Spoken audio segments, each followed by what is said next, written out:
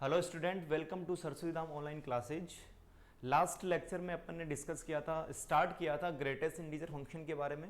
अपन ने एक दो प्रॉपर्टीज देखी थी, उसी चीज को अपन आगे और कंटिन्यू करते हैं। देखो, ग्रेटेस्ट इंटीजर फंक्शन क्या होता है, इसको अपन बॉक्स ऑफ एक्स से रिप्रेजेंट करते हैं। और नाम से आपको आइडिया लग रहा है कि ग्रेटेस्ट इंटीजर दे रखा है। इंटीजर का मतलब क्या हुआ, इसकी जो वैल्यू बनेगी वो ऑलवेज एक इंटीजर बनेगी, या फिर अपन बोल सकते हैं कि एक पूर्णांक बनेगा। ठीक है, अब जैसे मान लो एग्जांपल के लिए अपन ने देखा था लास्ट क्लास में 2.5 का ग्रेटेस्ट इंटीजर बनता है 2। इससे पहले वाला इंटीजर बनता है ऑलवेज। अगर मैंने 1.95 का ग्रेटेस्ट इंटीजर निकालना है तो इक्वल्स टू बनेगा 1, क्योंकि देखो 1.95 से जस्ट क्लोजेस्ट जो इंटीजर बनता है वो कौन सा बनेगा 2। लेकिन 2 तो क्या हो गया 1.95 से ग्रेटर हो गया। और ग्रेटेस्ट इंटीजर की अपन ने एक डेफिनेशन और डिफाइन की थी, the greatest integer of x always less than equals to x and greater than x minus 1। Greatest integer of x की वैल्यू ऑलवेज x माइनस 1 से ग्रेटर होगी and less than equals to x होगी। It means greatest integer की value कभी भी जो आपका x बनेगा, x की वैल्यू अपन कुछ भी डाल सकते हैं। 1.9 डाला, 1.9 अगर मैंने डाला है तो उसकी वैल्यू 1.9 से ग्रेटर नहीं हो सकती। ठीक है, तो यही वाला केस, यही वाली जो डेफिनेशन अपन यहाँ पे यूज कर रहे हैं 1.95 आपका x हो गया। और ये x की जो वैल्यू है वो x की जो वैल्यू है, ग्रेटेस्ट इंटीजर की जो वैल्यू है वो इससे ग्रेटर नहीं हो सकती। इट मींस इससे पहले वाला जो इंटीजर आएगा वो आपका फाइनली रिजल्ट बन जाएगा। देखो ऐसे अगर मैंने नेगेटिव वाला कोई केस लिया -1.05 का पहले वाला इंटीजर कौन सा आएगा, माइनस का 2 आएगा, ना कि माइनस का 1, क्योंकि -1 तो क्या हो गया -1.05 से ग्रेटर हो गया।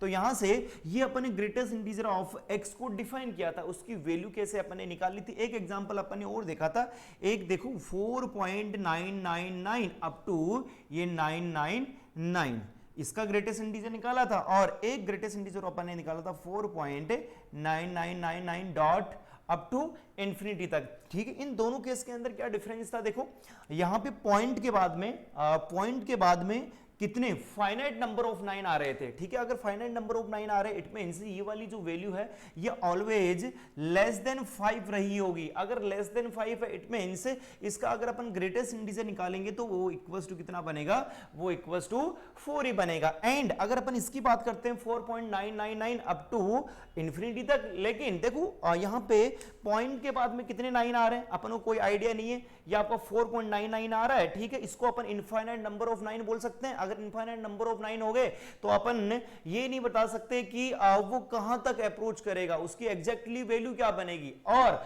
अपन ने नंबर सिस्टम का यूज करके इसको इक्वल्स टू 5 भी प्रूव कर दिया था। कैसे अपन ने प्रूव किया था, देखो पॉइंट से पहले जितने आपके नंबर ऑफ पॉइंट होते हैं उतने ही डेसिमल से उसको अपन क्या कर देते हैं, मल्टीप्लाई कर देते हैं। इट मींस अगर 4 आ रहा है तो 4 1 पॉइंट से पहले 1 नंबर आ रहा है तो उसको अपन 10 से मल्टीप्लाई करते हैं। अगर 2 नंबर आ रहे हैं तो उसको अपन 2 से मल्टीप्लाई 100 से मल्टीप्लाई कर देंगे। अगर 3 नंबर्स आ रहे हैं तो उस वाले केस में अपन उसको 1000 से मल्टीप्लाई कर देंगे। ठीक है, तो ये वाली जो वैल्यू थी वो एग्जैक्टली 5 के इक्वल बन गई थी। और इसका ग्रेटेस्ट इंटीजर तो अपन ने निकाला था वो भी किसके इक्वल बन गया था, 5 के इक्वल बन गया था। ठीक है, अब देखो यहां पे ग्रेटेस्ट इंटीजर की ये सभी क्या है, प्रॉपर्टीज है। इसको अपन प्रॉपर्टी नंबर फर्स्ट भी बोल सकते हैं, ये प्रॉपर्टी नंबर सेकंड हो गई। प्रॉपर्टी नंबर थर्ड क्या थी, ग्रेटेस्ट इंटीजर ऑफ i, ये इक्वल्स टू क्या बनेगा, i बनेगा।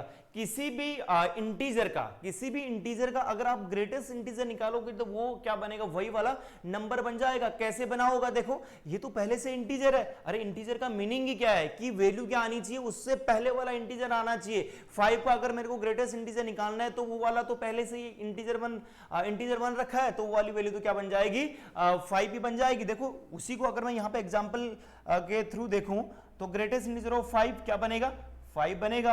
और ग्रेटेस्ट इंटीजर ऑफ -1 क्या बनेगा, -1 बन जाएगा। अगर ग्रेटेस्ट इंटीजर के अंदर की वैल्यू क्या होगी, चाहे वो पॉजिटिव हो या फिर नेगेटिव हो, अगर इंटीजर बन रहा है तो ऑलवेज क्या बनेगा, वही वाला इंटीजर बन जाएगा फाइनली।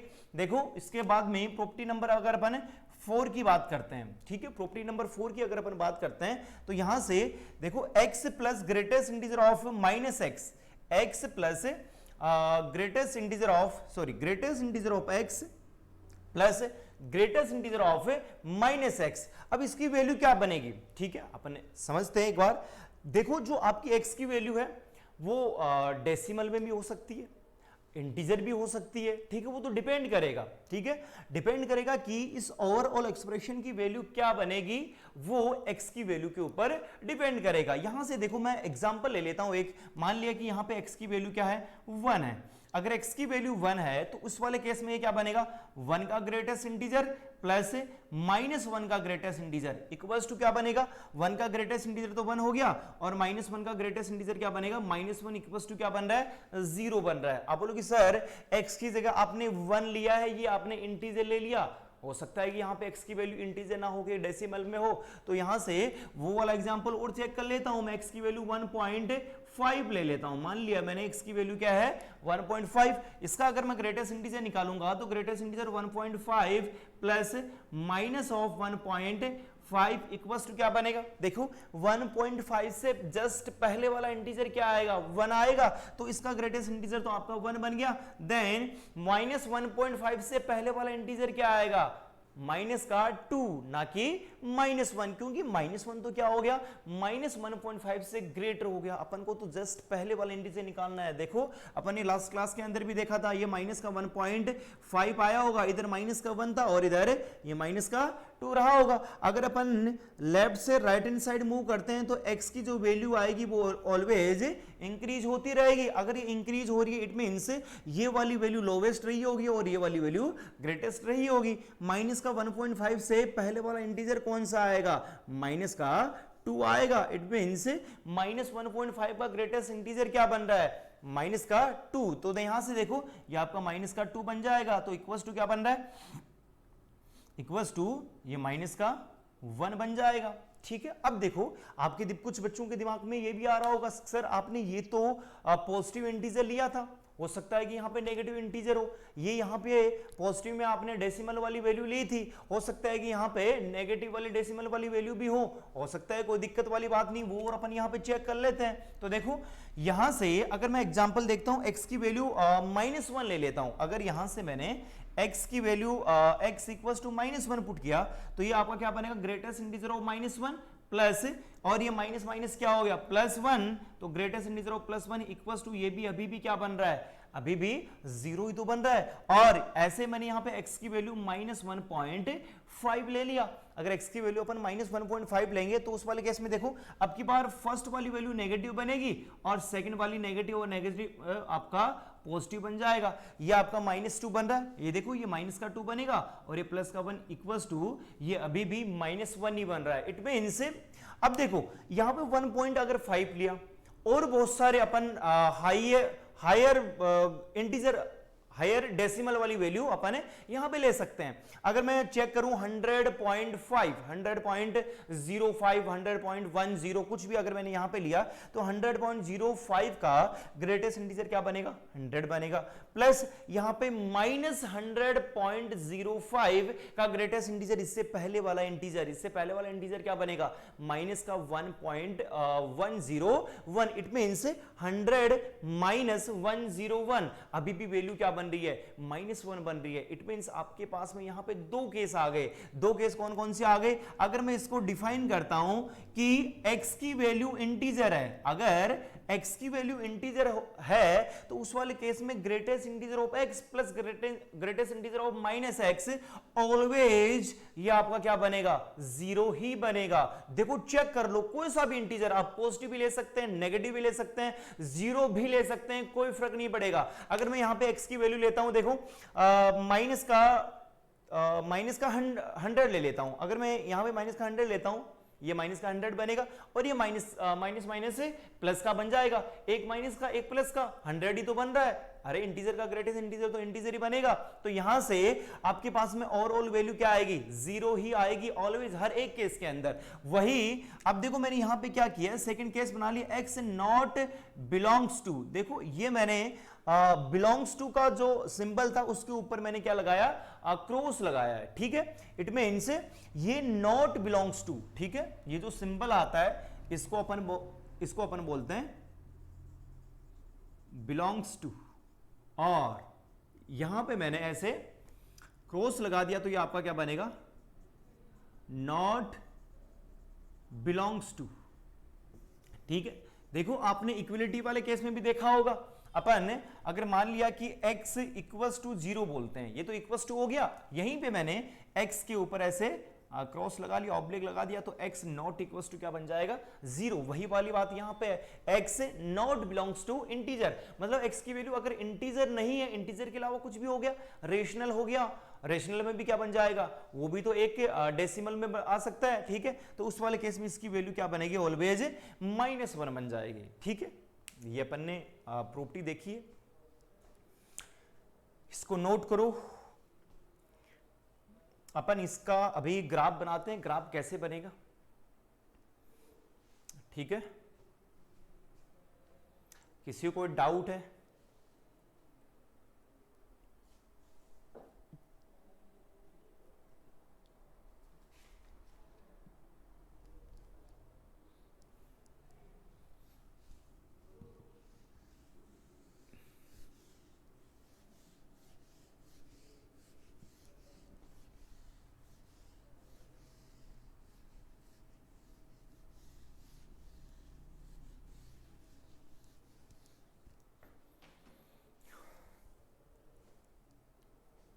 देखो अभी अपन ग्रेटेस्ट इंटीजर का ग्राफ बनाते हैं। ग्राफ कैसे बनेगा, अपन ने जो सिंपल और जो सबसे फायदेमंद जो आपका मेथड था वो कौन सा था, ग्राफिकल, कि आपने x की वैल्यू को पुट किया, उसके रेस्पेक्ट में y की वैल्यू फाइंड आउट की। ठीक है, जो अपन 9th 10th जो प्रीवियस क्लासेज हैं उसके अंदर अपन ने डिस्कस कर लिया है पहले ही। हाँ, तो देखो वही वाली चीज अपन यहाँ पे अप्लाई करते हैं। अगर मान लिया मैंने x की वैल्यू क्या है, greater than 0 and less than equals to 1। ठीक है, अगर x की वैल्यू 0 के इक्वल नहीं है और 1 से लेस देन है, 1 से लेस देन के अंदर आपने इक्वलिटी का साइन भी यूज किया, इट मींस क्या हुआ, x की वैल्यू 0 से लेके अगर 1 के बीच में है तो उसका ग्रेटेस्ट इंटीजर क्या बनेगा। देखो अगर आप थोड़ा दिमाग लगाओ, अगर मैं 0.15 की बात करता हूं, ग्रेटेस्ट इंटीजर क्या बनेगा, उससे पहले वाला इंटीजर 0 बनेगा। मैं अगर 0.95 की बात करता हूं, ग्रेटेस्ट इंटीजर क्या बनेगा, इससे पहले वाला इंटीजर क्या बनेगा, 0। 0.99999 फाइनाइट नंबर ऑफ टाइम 9। ठीक है, अगर उसकी बात करेंगे तो वो भी क्या बनेगा, आपका 0 ही बनेगा। ठीक है, और अगर मैंने यहां पे इक्वल्स टू 1 को और इंक्लूड कर लिया तो उस वाले केस में वो आपका क्या बन जाएगा, 1 बन जाएगा। इट मींस यहां पे लेस देन 1 और इक्वल्स टू, तो इस वाले केस के लिए दो वैल्यूज एक साथ में आ गई, less than 1 0, equals to 1 equals to 1 बन जाएगा। इट मींस जो आपने ये इक्वलिटी का साइन यहां पे लगाया है वो यहां पे ना लग के यहां पे यूज करेंगे, क्योंकि इक्वल्स टू 0 हुआ तो भी 0 बनेगा, 0 से ग्रेटर हुआ 0.999 तो भी क्या बनेगा, तो भी 0 ही बनेगा। ठीक है, तो यहां से देखो अपन ने ग्रेटेस्ट इंटीजर ऑफ x की वैल्यू को डिफाइन करते हैं। ग्रेटेस्ट इंटीजर ऑफ x, आपने ये ग्राफ ले लिया है, इसका ग्राफ बनाना है। पहले अपन इसको डिफाइन करते हैं। डिफाइन जो होगा ग्रेटेस्ट इंटीजर ऑलवेज अलग अलग इंटरवल में डिफाइन होता है। ग्रेटेस्ट इंटीजर ऑफ x की वैल्यू क्या बन जाएगी, 0 बन जाएगी। It means x belongs to 0 to 1 के बीच में आपने कौन सा ग्राफ बनाना है, y इक्वल्स टू 0 थी, ग्रेटेस्ट इंटीजर को आपने किसके इक्वल पुट किया, y के इक्वल। आपने x का इंटरवल बता दिया, x की वैल्यू बता दी, उसके रेस्पेक्ट में y की वैल्यू क्या आ रही है, 0। It means x belongs to 0 to 1 के बीच में कौन सा ग्राफ बन जाएगा, y इक्वल्स टू 0 का। ऐसे ही अपन इंटरवल आगे चेंज करते रहेंगे। x की वैल्यू अगर 1 से लेके 2 के बीच में, देखो यहां पे मैंने इक्वलिटी का साइन 2 के साथ में नहीं लिया है, क्योंकि इक्वलिटी का साइन अगर अपन 2 के साथ में लेंगे तो उस वाले केस में ये 2 भी बन जाएगा, एक ही पॉइंट के इसी कंडीशन के ऊपर वो 2 भी बनेगा और 1 भी बनेगा। ठीक है, तो यहां से देखो x greater than equals to 1 and less than 2, उस वाले केस में ग्रेटेस्ट इंटीजर की वैल्यू क्या बनेगी, 1 बन जाएगी। ऐसे ही अगर मैं बात करता हूं x greater than equals to 2 and less than 3, उस वाले केस में ग्रेटेस्ट इंटीजर की वैल्यू आपकी क्या बन जाएगी, 2 बन जाएगी। ऐसे ही अपन क्या कर सकते हैं, आगे वैल्यू को इंक्रीज करते रहेंगे। अगर मैं एक इंटरवल और ले लेता हूं x greater than equals to 3 and less than 4, तो उस वाले केस में greatest integer of x equals to बनेगा 3 बनेगा। देखो ये अपन ने पॉजिटिव वाला इंटरवल लिया है। अगर मैं यहां पे x की बात करता हूं, ये equals to -1 and less than 0 है। x की वैल्यू अगर ग्रेटर देन इक्वल्स टू -1 और लेस देन 0 होगा तो उस वाले केस में ग्रेटेस्ट इंटीजर ऑफ x की वैल्यू क्या बन जाएगी, -1 बन जाएगी। देखो आपके पास में 3-4 इंटरवल आ गए, और भी आप बहुत सारे इंटरवल ले सकते हो, लेकिन आपने तो ग्राफ बनाने के लिए ओनली एक आइडिया लगाना है कि कौन सा या फिर किस टाइप का ग्राफ बनेगा। देखो यहां से अगर अपन बात करें ग्राफ की, तो एक इंटरवल मैंने बना लिया -1, इधर आपका -2 हो गया, ये ओरिजिन वाला पॉइंट हो गया, एंड पॉजिटिव एक्स एक्सिस में आपके पॉइंट बन जाएंगे 1, 2, 3 एंड 4। आगे तक अपन बहुत सारे पॉइंट वो ले सकते हैं। देखो फर्स्ट इंटरवल आपने क्या लिया था, x बिलोंग्स टू 0 to 1। जब अपन ने x की वैल्यू 0 से लेके 1 के बीच में ली है, तो उस वाले केस में y की वैल्यू क्या बन रही है, 0। y इक्वल्स टू 0 का मतलब क्या हुआ, आपका x एक्सिस तो बन गया, लेकिन देखो 0 को आपने यहां पे इंक्लूड किया है। इट मीन 0 के ऊपर अपन डार्क सर्कल का यूज करेंगे, और 1 के ऊपर आपने 1 को आपने इंक्लूड नहीं किया। इट मीन्स 1 को आपने ओपन सर्कल से यहां पर रिप्रेजेंट करना है। तो यहां 0 के ऊपर मैंने डार्क सर्कल लगा दिया, और 1 के ऊपर ओपन सर्कल बन जाएगा। ठीक है, हाँ, और 0 से लेके 1 के बीच में ये जो ग्राफ बनाए, ये y इक्वल्स टू 0 का ग्राफ बन जाएगा। ऐसे ही 1 से लेके 2 के बीच में, 1 से लेके 2 के बीच में y इक्वल्स टू 1 का ग्राफ बनेगा, क्योंकि ग्रेटेस्ट इंटीजर की वैल्यू क्या बन रही है, 1, और ग्रेटेस्ट इंटीजर का ही तो अपन को ग्राफ बनाना है। तो यहां से 1 से लेके 2 के बीच में कौन सा ग्राफ बनेगा, y इक्वल्स टू 1, और y इक्वल्स टू 1, तो ये x एक्सिस से 1 यूनिट ऊपर वाली एक लाइन बन जाएगी। तो देखो अपन y एक्सिस के अंदर पॉइंट रिप्रेजेंट करते हैं, एक तो 1, एक 2 बनेगा। ऐसे ही ऊपर आपका 3 हो गया एंड 4 हो गया। तो यहां से देखो 1 से 2 के बीच में y इक्वल्स टू 1, लेकिन आपने क्या किया, 1 को इंक्लूड किया और 2 के ऊपर ओपन लगाया, तो 1 को अपन इंक्लूड कर लेते हैं, 2 के ऊपर ओपन लगा देते हैं। ऐसे ही 2 से 3 के बीच में y इक्वल्स टू 2 का ग्राफ बनेगा, 2 को आपने इंक्लूड किया है, 3 के ऊपर ओपन लगाना है। 3 से लेके 4 के बीच में कौन सा ग्राफ बनेगा, y इक्वल्स टू 3 का, 3 को आपने इंक्लूड किया है, और 4 के ऊपर आपने ओपन लगाना है। तो देखो ऐसे ही आपका ग्राफ है, ये चलता रहेगा। यहां पे y इक्वल्स टू 1 का ग्राफ हो गया, ये y इक्वल्स टू 2 का ग्राफ हो गया, y इक्वल्स टू 3 बनेगा। आगे अपन और बहुत सारे ग्राफ बना सकते हैं। ये वाला जो ग्राफ बना है, ये स्टेयर टाइप ग्राफ हो गया, सीढ़ी नुमा संरचना बनी है इसकी। देखो ये -1 से लेके 0 के बीच में ये y इक्वल्स टू आपका 1 बनेगा, -1 आपने इंक्लूड किया है, 0 के ऊपर आपने ओपन लगाया है, तो y इक्वल्स टू ये आपका -1 का ग्राफ बन गया। ऐसे ही y इक्वल्स टू -2 का ग्राफ ही बन जाएगा। यहां पे -1 बना होगा और ये -2 बना होगा।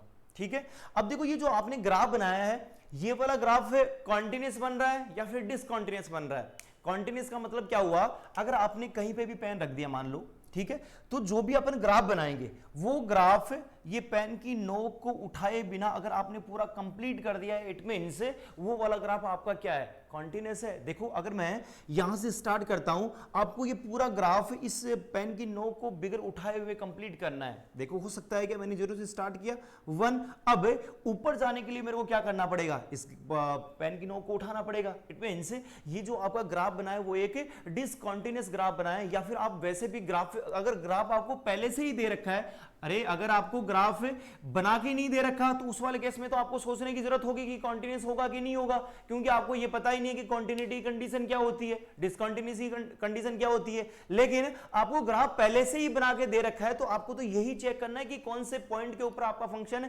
ब्रेक हो रहा है, या फिर उसका ग्राफ कॉन्टिन्यूस आ रहा है कि नहीं आ रहा। तो आपको देखने से आइडिया लग रहा है, ये 0 बन रहा था, 1 के ऊपर वैल्यू क्या बन रही है, यहां पे 0 बन रही है, यहां पे 1 बन रही है। इट मींस इस वाले पॉइंट के ऊपर ग्राफ क्या हो गया, डिसकंटीन्यूअस हो गया। यहां पे भी डिसकंटीन्यूअस, यहां पे भी डिसकंटीन्यूअस। ठीक है, डिसकंटीन्यूअस को अपन बोलते हैं असतत फलन।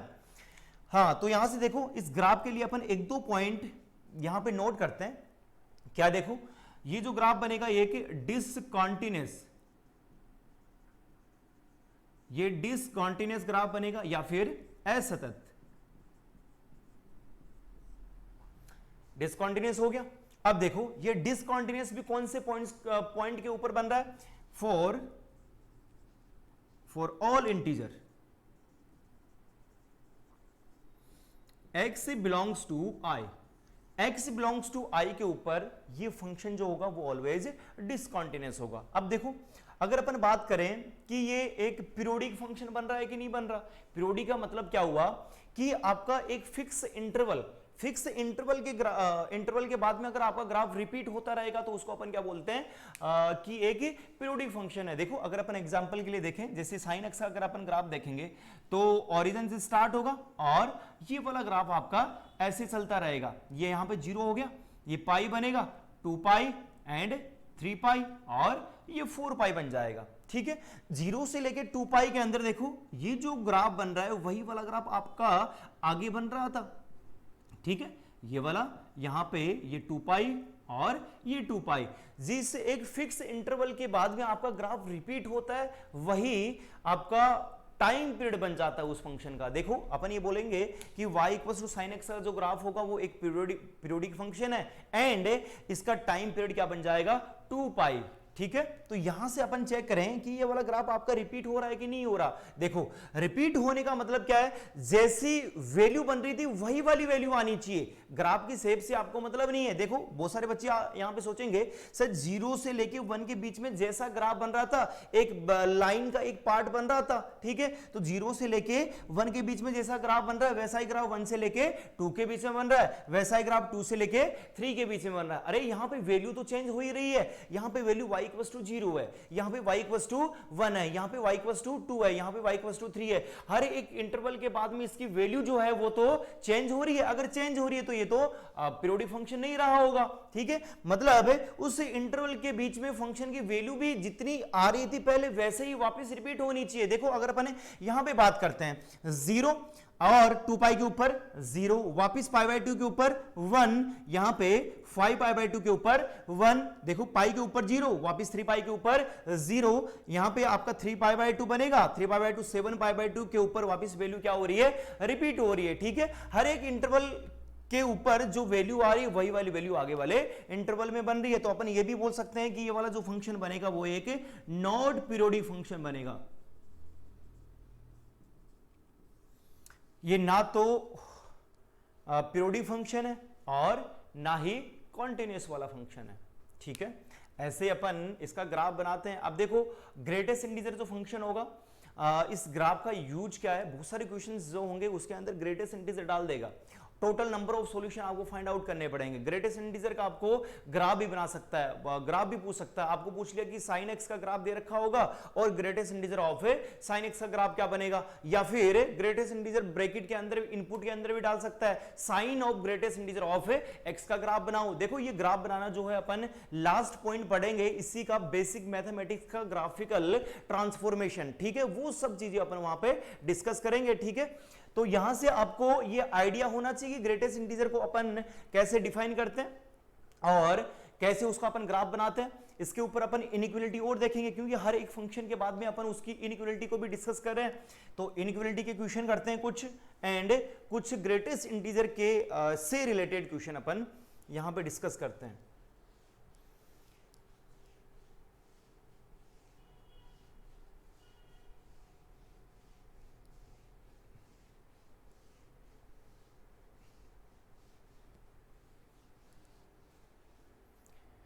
चलो देखो एक क्वेश्चन अपन करते हैं यहां पे,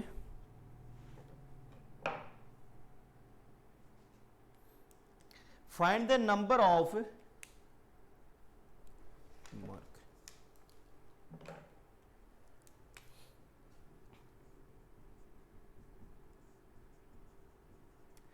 find the number of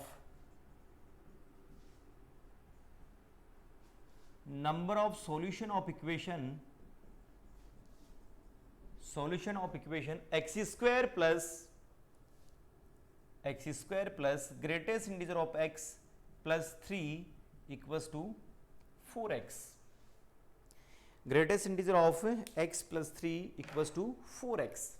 इस इक्वेशन के आपको total number of solution find out करने हैं। ठीक है, देखो एक चीज आप यहां पे दिमाग में बिठा लो, जब भी आपको टोटल नंबर ऑफ सॉल्यूशन अगर फाइंड आउट करने होते हैं तो आपने क्या करना होता है, अगर आप ग्राफिकल मेथड से कर पाओगे उससे आसान कोई सा भी मेथड यहां पे नहीं होगा। तो अपन ने क्या करना है, जिन भी दो जिन भी दो फंक्शन का अपन ग्राफ इजीली बना सकते हैं उनको दोनों को अलग अलग सेपरेट करेंगे। सेपरेट करने का मतलब क्या हुआ, एक साइड अपन एक फंक्शन को रखेंगे और इक्वल्स टू के बाद में दूसरे फंक्शन को रख देंगे, ठीक है। फिर इंडिविजुअली इन दोनों का ग्राफ अपन क्या करेंगे, एक ही प्लेन के ऊपर ड्रॉ करेंगे। अरे सॉल्यूशन का मतलब क्या होता है, दो फंक्शन का सॉल्यूशन का मतलब क्या हुआ कि दोनों ग्राफ जितने पॉइंट के ऊपर कट करते हैं वही उसके टोटल नंबर ऑफ सॉल्यूशन बनते हैं। तो अपन क्या करेंगे, इक्वल्स टू, ये कंडीशन दे दी थी आपको, फर्स्ट ग्राफ जो था उसको अपन एक प्लेन के ऊपर प्लॉट करते हैं, सेकंड वाला जो ग्राफ था उसको भी उसी प्लेन के ऊपर, क्योंकि आपने तो उन दोनों आपस में सॉल्यूशन निकालना है। अगर दोनों को अलग अलग प्लेन में बना देंगे तो वो तो आपने उनके दोनों के अलग अलग ग्राफ बनाए हैं, ना कि वहां पे सॉल्यूशन निकाले हैं, ठीक है। एक प्लेन के ऊपर आपने उनके ग्राफ बना दिए, फिर अपन पॉइंट भी काउंट कर सकते हैं। हो सकता है कि आपको वहां पे वैल्यू पूछे, लेकिन ऐसे केस में जनरली क्या पूछता है, टोटल नंबर ऑफ सॉल्यूशन ही पूछता है। तो जितने पॉइंट के ऊपर ग्राफ कट करता है वही आपके टोटल नंबर ऑफ सॉल्यूशन बन जाते हैं। देखो यहां से अगर अपन, इसके दो मेथड हैं कि मैंने क्या किया, यहां से x की वैल्यू डिफाइन कर दी 0 से लेके 1 के बीच में, उसके लिए ग्रेटेस्ट इंटीजर क्या बन जाएगा 0, फिर अपन एक्स स्क्वायर माइनस का 4x प्लस 3 उसको सोल्व करेंगे, ठीक है। जो भी आपने इंटरवल लिया था उस इंटरवल के बीच में इसकी वैल्यू आ रही है कि नहीं आ रही वो भी अपन चेक कर लेंगे।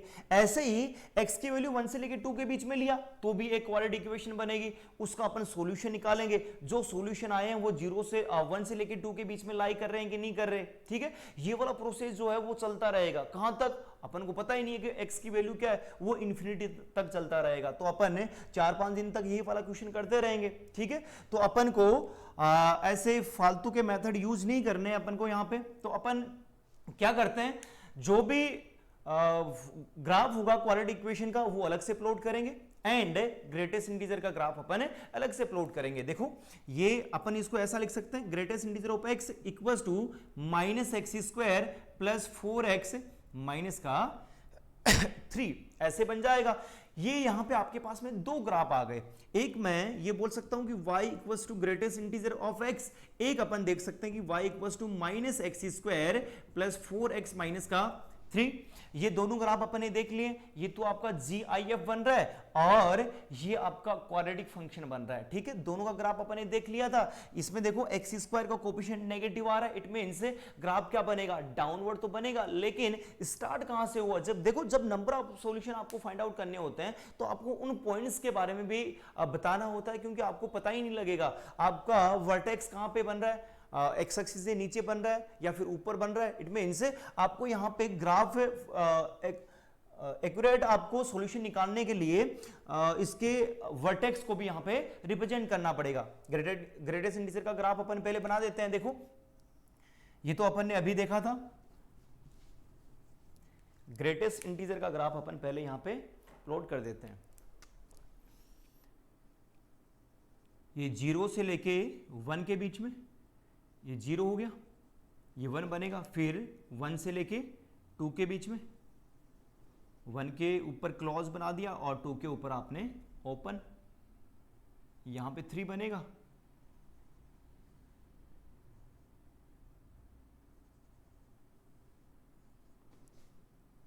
ऐसे ग्राफ इसका रिपीट होता रहेगा। अब देखो ये वाला ग्राफ जो है अपन को कहां तक बनाना है, ये क्वाड्रेटिक इक्वेशन वाला जो ग्राफ है उसके ऊपर डिपेंड करेगा, ठीक है। तो अपन आगे तक अपन को आइडिया नहीं है अपन ग्राफ कहां तक बनाए।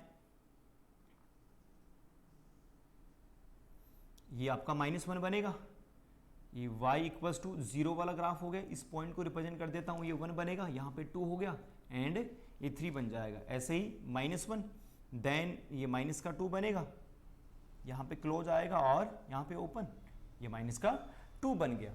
ग्रेटेस्ट इंटीजर का आपने ग्राफ बना दिया, देन अपन इस क्वाड्रेटिक इक्वेशन का ग्राफ और बनाते हैं। तो देखो सबसे पहले अपन क्या करेंगे, एक्स स्क्वायर का कोफिशिएंट मैंने पॉजिटिव बना दिया, माइनस कॉमन लिया, क्या बनेगा एक्स स्क्वायर माइनस का 4x प्लस 3, ये आपका ऐसे बन गया। तो इक्वल्स टू माइनस देखो मैंने आपको कंप्लीटिंग स्क्वायर मेथड को सोल्व करना बताया था, कैसे x का जो भी कोफिशिएंट होता है उसको अपन डिवाइड बाय 2 करते हैं विद साइन, तो यहां से आपका -2 बनेगा। किस में कंप्लीटिंग स्क्वायर बनाना है, x या फिर y में? x में बनाना है तो इसके साथ में अपन x लगा देते हैं, इसका होल स्क्वायर बनेगा, जो भी कांस्टेंट टर्म है वो एज इट इज आएगी, एंड जो टर्म आपने यहां पे माइनस किया है उसका होल स्क्वायर भी आपने यहां पे माइनस कर देना। अब देखो इस माइनस को अपन आगे अंदर ओपन कर देते हैं, तो y इक्वल्स टू माइनस का x माइनस 2 का होल स्क्वायर, ये आपका बनेगा x माइनस 2 का होल स्क्वायर, 3 माइनस का 4 क्या हो गया माइनस का 1, और माइनस माइनस क्या बनेगा प्लस का 1 बन जाएगा, ठीक है। तो फाइनली आपका बनेगा y minus 1 equals to minus of x minus 2 का होल स्क्वायर, ये आपका x square equals to minus 4ay कौन सा ग्राफ बन गया, एक डाउनवर्ड ओपन पैराबोला बन गया, जिसका वर्टेक्स क्या बन रहा है आपके पास में 2, -1 इसका वर्टेक्स बन गया। देखो ये यहां पे x एक्सिस के ऊपर तो 2 आएगा एंड y एक्सिस के ऊपर यहां पे ये 1 आएगा, ये वाला पॉइंट बनेगा। अगर मैं यहां से स्टार्ट करता हूं, ये आपका 2,1 हो गया, ये 2,1 बनेगा। अब देखो ग्राफ जो आ रहा है वो डाउनवर्ड ओपन आ रहा है, इट मींस ये वाला जो ग्राफ होगा वो x एक्सिस को भी कट करेगा एंड आगे अगर जाएगा तो y एक्सिस को कट कर भी सकता है और नहीं भी कर सकता है, ठीक है। तो देखो अपन सबसे पहले वो वाले पॉइंट निकालते हैं जहां पे ये ग्राफ x एक्सिस को कट करता है। x एक्सिस को कट करने का मतलब क्या हुआ, इस क्वाड्रेटिक इक्वेशन के सॉल्यूशन, इस क्वाड्रेटिक इक्वेशन के सॉल्यूशन क्या बनेंगे, देखो एक तो अपन ये करते हैं कि यहां पे y की वैल्यू को 0 के इक्वल पुट कर देते हैं। y की वैल्यू अगर 0 के इक्वल पुट करेंगे तो यहां पे ये भी 0 बन गया, इसका एक फैक्टर तो क्या बनेगा x माइनस 1 और एक बनेगा x माइनस 3 बन जाएगा, तो एक फैक्टर बनेगा आपका 1 और एक फैक्टर बनेगा 3। इट मींस ये वाला जो ग्राफ होगा वो डाउनवर्ड ओपन ग्राफ होगा एंड ऐसे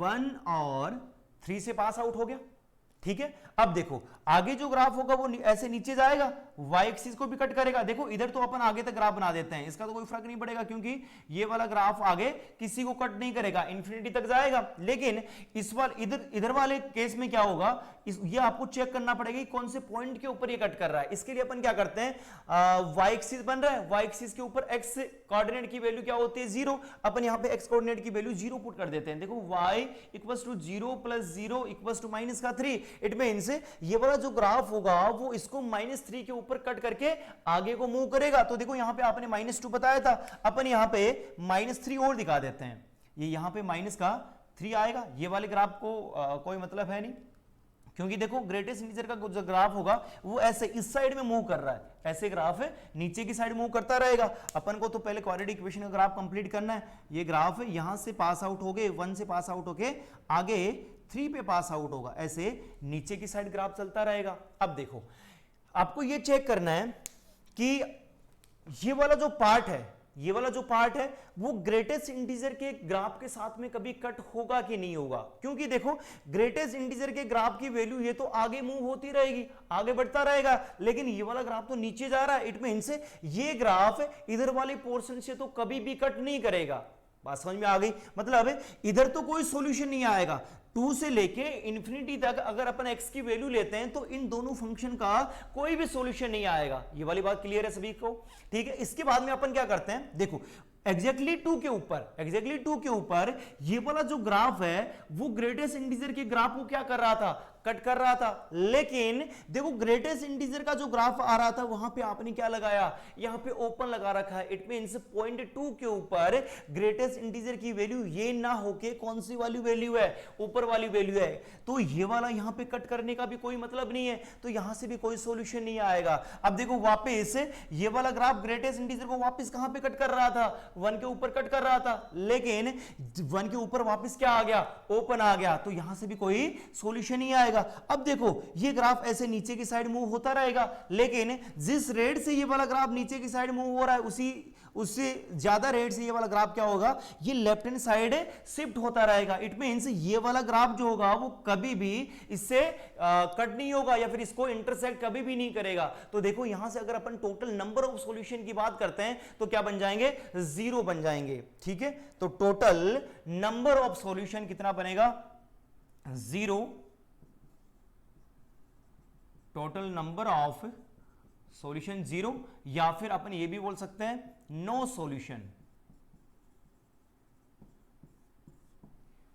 इस इक्वेशन का कोई भी सॉल्यूशन नहीं आएगा।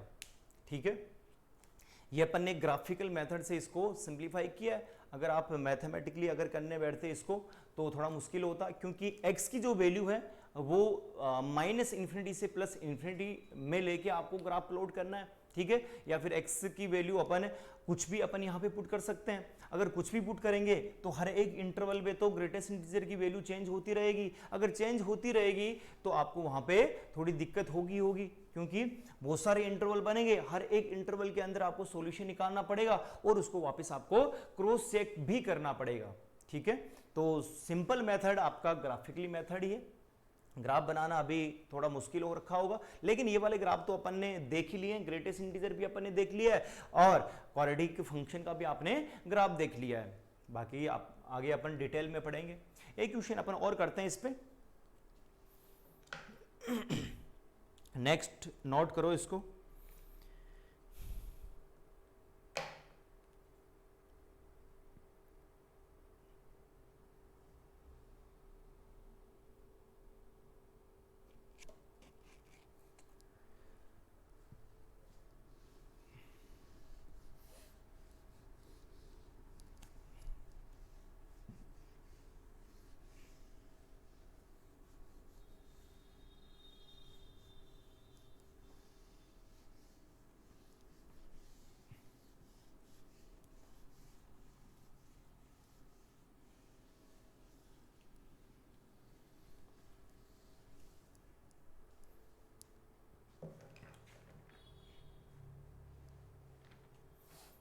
देखो एक क्वेश्चन और करते हैं अपन।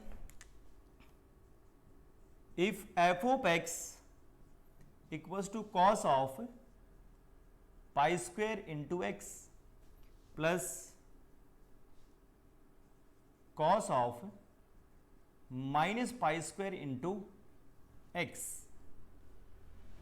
या फिर अपन यहां पे साइन कर देते हैं cos of pi square into X plus sine of minus pi square into X, then the value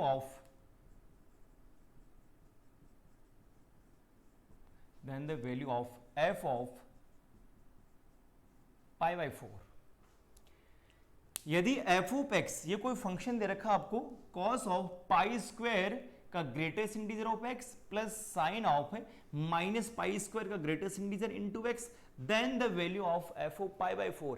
f of pi by 4 की वैल्यू आपने फाइंड आउट करनी है। देखो जो 10 to 11th वाले बच्चे हैं उनको f ऑफ पाई बाई 4 का मतलब पता नहीं होगा। f ऑफ पाई बाई 4 का मतलब क्या हुआ है कि आपने यहां पे इसमें इनपुट की जगह क्या डालना है, पाई बाई 4 डालना है। अगर यहां पे पाई बाई 4 डालेंगे तो यहां पे भी क्या बन जाएगा, पाई बाई 4 बन जाएगा। तो इसका मीनिंग यही होता है कि जो जिसमें भी आपको फंक्शन दे रखा होगा, x में भी दे सकता है, y में भी दे सकता है, t में भी दे सकता है, जो आपका इनपुट है वो इनपुट मैंने डाल दिया और इनपुट जहां पर भी जिस भी एक्सप्रेशन में जिस भी टर्म में आ रहा है उसको अपन क्या कर देंगे, वहां पे डाल देंगे। अब देखो greatest integer of pi square की अगर अपन बात करें, ग्रेटेस्ट इंटीजर को पहले सिंप्लीफाई करना पड़ेगा। अगर अपन इसको सिंप्लीफाई करते हैं तो क्या बन रहा है, कॉस ऑफ, हाँ यहां पे अगर अपन पाई स्क्वायर की बात करते हैं, पाई स्क्वायर क्या बनेगा, ये ऑलमोस्ट ये 3 पॉइंट कुछ आएगा, ये भी 3 पॉइंट कुछ आएगा, तो 9.8 के ऑलमोस्ट इसकी पाई स्क्वायर की वैल्यू बनेगी। ठीक है, तो यहां से अगर अपन इसके ग्रेटेस्ट इंटीजर की बात करते हैं तो ग्रेटेस्ट इंटीजर इक्वल्स टू क्या बन गया, ये आपका 9 बन जाएगा। ऐसे ही मैं माइनस ऑफ पाई स्क्वायर की बात करता हूं तो ये आपका क्या बनेगा, माइनस का 9.8 और इससे पहले वाला इंटीजर तो क्या आएगा, माइनस का 10 बनेगा।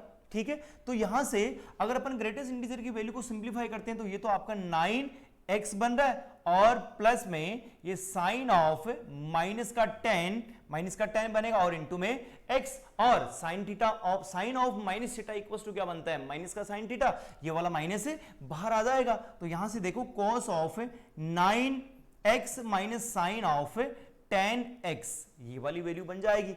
अब अपन यहां पे क्या करते हैं x की जगह पाई बाई 4 पुट कर देते हैं। ये अभी आपका क्या बना है एफ ऑफ एक्स ही बना है, तो यहां पे F of pi by 4 equals to बनेगा cos of 9 pi by 4 minus sine of 10 into pi by 4 ऐसे बन जाएगा। तो देखो equals to cos 9 pi by 4 को अपन क्या लिख सकते हैं 2 पाई प्लस पाई बाई 4। देखो अगर अपन cos ऑफ 2 पाई प्लस ये पाई बाई 4 बनेगा माइनस ये साइन ऑफ ये कितना बन रहा है देखो 5 pi by 2 sine of 5 pi by 2।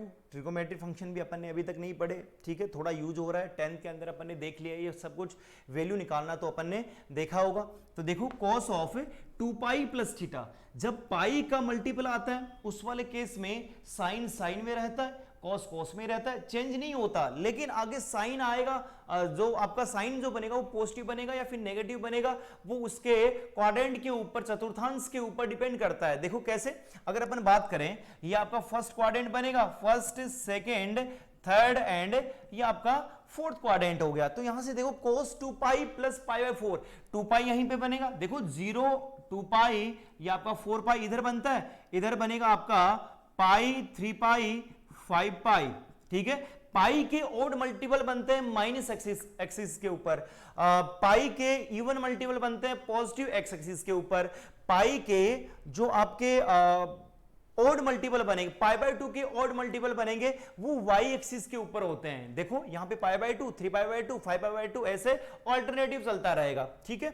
अब यहां से आपने क्या करना है 2 पाई प्लस थीटा, 2 पाई यहां पे आएगा प्लस थीटा का मतलब क्या हुआ फर्स्ट क्वाड्रेंट, और फर्स्ट क्वाड्रेंट में तो आपने ये पढ़ा है कि all trigonometry functions are positive, सभी त्रिकोणमितीय जो फलन होंगे वो हमेशा उसमें पॉजिटिव आते हैं। तो देख यहां से cos of 2 pi plus theta, 2 पाई आ रहा है, चेंज नहीं होगा तो यहाँ पे cos का ये cos ही बन जाएगा, cos पाई बाई 4, आगे प्लस आएगा या फिर माइनस आएगा, किसके ऊपर डिपेंड करता है क्वाड्रेंट के अंदर, कौन सा क्वाड्रेंट आ गया, अरे फर्स्ट क्वाड्रेंट आ रहा है, अगर फर्स्ट क्वाड्रेंट आ रहा है तो उस वाले केस में क्या बनेगा, ये आपका पॉजिटिव का पॉजिटिव बन जाएगा। फिर minus sine 5 pi by 2, sine 5 by 2 की वैल्यू तो अपन डायरेक्टली ग्राफ से भी चेक कर सकते हैं। देखो ग्राफ अगर अपन बनाएंगे तो ऐसे वाला ग्राफ बनेगा, ये यहाँ पे पाई बाई 2 आ गया, 3 पाई बाई 2 आएगा और 5 पाई बाई 2 आएगा, और 5 बाई 2 के ऊपर तो वैल्यू क्या बन रही है पॉजिटिव में 1 बन रही है, तो अपन ये बोल सकते हैं कि आपका ये माइनस का 1 बन जाएगा। cos पाई बाई 4 की वैल्यू, पाई बाई 4 क्या बनता है 45 डिग्री, देखो पाई को अपन 180 डिग्री बोलेंगे, 180 डिग्री अपॉन 4 ये आपका 45 डिग्री बन जाएगा, ठीक है। cos पाई बाई 4 की वैल्यू बनती है 1 बाई रूट 2 और माइनस में ये 1 बन जाएगा, ठीक है। तो फाइनली जो आंसर बनेगा इस फंक्शन का एफ ओ पाई बाई 4 की वैल्यू क्या बनेगी 1 बाई रूट 2 माइनस का 1 बन जाएगा, ठीक है। हाँ चलो, ये अपन ने अभी तक जीआईएफ ही देखा है, इसके एक दो क्वेश्चन और हैं, एक दो क्वेश्चन अपन और कंप्लीट करेंगे, उसके बाद में फ्रैक्शनल पार्ट स्टार्ट करेंगे, ठीक है। आज के लेक्चर में इतना ही काफी है, थैंक यू।